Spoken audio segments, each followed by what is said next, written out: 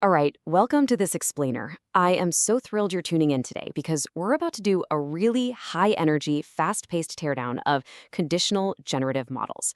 If you've ever found yourself wondering exactly how modern AI pipelines transform visual data with pixel perfect precision and do it at absolutely lightning speed, well, you're in the right place. We're going to completely break down the mechanics of image to image translation, and we'll explore the legendary architectures that quite literally paved the way for modern visual AI. So think about this for a second. It's a highly practical, totally relatable problem to establish our stakes for today. How do you actually turn a quick sketch into a photorealistic image? Or, say, map a daytime driving scene perfectly to a nighttime one? For the longest time, generative AI was pretty good at making a random, pretty picture, but giving it a specific input, like a little doodle, and asking it to render a targeted, corresponding output, that was a massive engineering headache.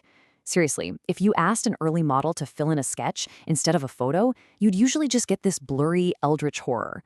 The goal wasn't just making something look real, it was making it look real while strictly following instructions.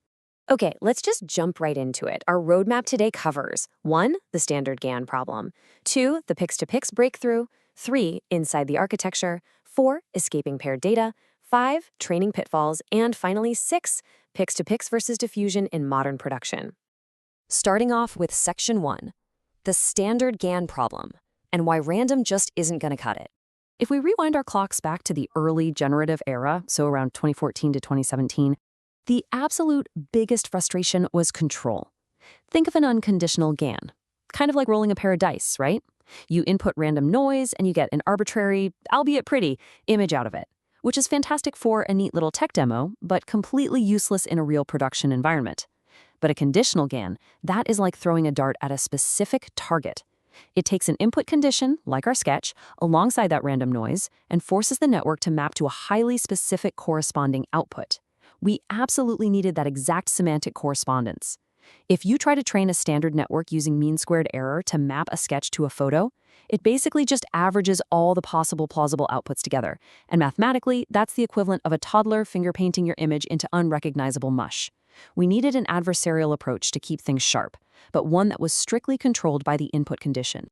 Which perfectly sets up sections 2 and 3, the Pix2Pix breakthrough and taking a look inside the architecture. Introduced by Isola and his colleagues back in 2017, Pix2Pix completely cracked this conditional problem. And they did it by relying on exact paired data, meaning you have the exact sketch and the exact final photo to train on. They pulled this off using 2 highly specialized architectural components. The first one is the UNet generator, which basically acts as the ultimate detail preserver. It's an encoder-decoder network, sure, but it uses these things called skip connections that literally bypass the bottleneck right in the middle of the network. Think of skip connections like a piece of tracing paper that gets passed directly from your first sketch straight to the final drawing. In tasks where your input and output share low-level structures, like the distinct edges of a sketch needing to perfectly match the silhouette of the final photo, you really don't want those fine details getting compressed and lost. UNet ensures the spatial integrity of your input survives the whole translation process without just getting lost in the middle. Now the second component is PatchGAN, and this serves as our local realism judge. Instead of the discriminator looking at the entire image and just spitting out a single real or fake score, PatchGAN actually outputs a grid. Each cell in that grid acts as a judge for the realism of a small local patch, usually about 70 by 70 pixels. This leverages what's called a Markov random field assumption, which honestly is just a fancy academic way of saying that for an image to look real, a pixel really only cares about its immediate next-door neighbors. By focusing on these local patches, PatchGAN is way faster to train, requires significantly fewer parameters, and it gives you these incredibly sharp, high-frequency details. The mathematical glue holding this entire thing together is a combined loss function.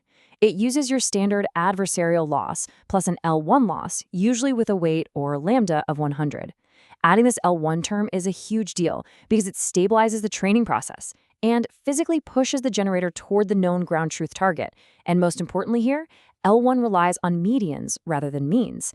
That's the secret sauce that avoids those blurry, mushy outputs you usually get with a traditional L2 loss. It keeps the edges super crisp. All right, moving to Section 3, Build It, how we actually implement conditional GANs. Let's shift our focus from the theory side over to the engineering side for a minute. How do we actually frame these components as tools we can write in code?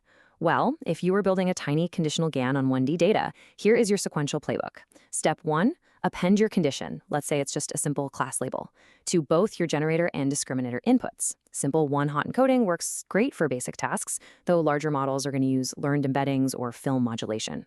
Step 2, you train the generator so it matches the real distribution specifically for the given condition, not just the overall generic distribution. And then step 3, verify the per-class output to make sure your model is actually respecting the condition you're passing it and not just ignoring it. Which brings us to section 4, avoiding common training pitfalls and debugging the model. Because anyone, and I mean anyone who has worked in this space will tell you, adversarial training is notoriously finicky. Let's rapid fire our way through the most common failure modes here. First, what if the condition is just outright ignored by the generator? The fix for that is to condition your discriminator much more aggressively in the early layers, maybe using a projection discriminator. Second, if your L1 weight is too low, your generator is going to drift toward arbitrary real-looking images that just don't match your specific target. Third, flip that around. If L1 is too high, it completely overpowers the adversarial loss and you're back to blurry output, so you gotta anneal it down.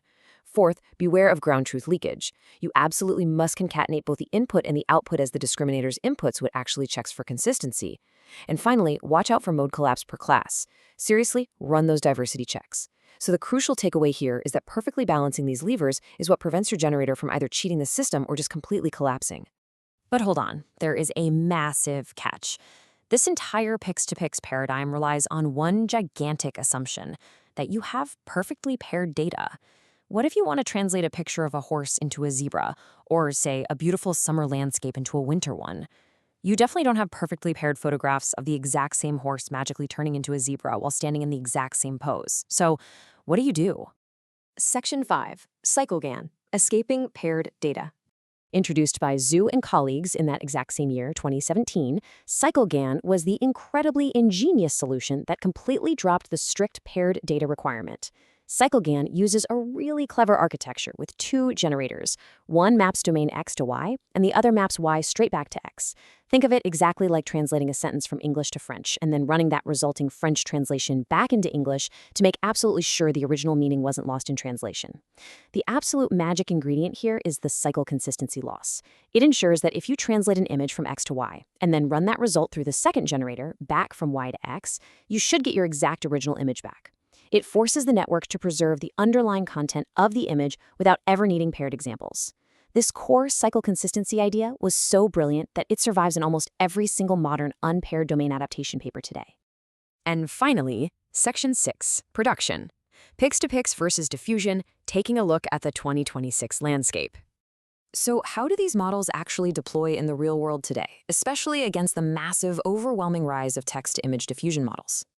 Well, for generic open domain tasks, like style transfer or unpaired sketch-to-photo, diffusion models using tools like ControlNet or IP adopters absolutely dominate on quality and generalization. But take a close look at the anomaly for sketch-to-photo when you actually have paired data. When you have thousands of exact paired examples, Pix2Pix or Pix2Pix HD remains the undisputed king. It is still hands down the best approach for narrow, repeatable tasks where you have the exact signal you need. But you might be wondering, why is that? To really understand why, we've got to look under the hood at the latency metrics. Generating a 512 by 512 image on a single L4 GPU using a standard stable diffusion image-to-image pipeline takes well over a second. Throw in ControlNet on a base SDXL model, and you're suddenly looking at 3 to 5 seconds. Even the heavily optimized SDXL Turbo takes around 150 to 350 milliseconds. But because Pix2Pix requires just a single unit forward pass, it clocks in at a tiny fraction of that time. Pix2Pix has this massive, undeniable throughput advantage in static batches because every single request is the exact same number of flops. Literally just 30 milliseconds. That is blazing fast, one-shot inference speed. And it proves exactly why Pix2Pix beats diffusion by an entire order of magnitude in latency-bound environments. If you are out there building a real-time application, let's say a live video filter or super interactive design tool where instantaneous feedback is absolutely critical, you simply cannot afford the multi-step denoising process of a diffusion model. You need that single forward pass. Which leaves us with this final provocative thought. The modern play today is very often a hybrid approach. For your next production pipeline, are you going to ship a distilled Pix2Pix model to handle those lightning-fast, narrow, repeatable tasks, and then rely on a slower diffusion fallback for the unpredictable tail inputs? You now have the architectural knowledge to choose the absolute perfect tool for the job. Thank you so much for joining me on this explainer, and I highly challenge you to take these metrics and apply them directly to your own systems.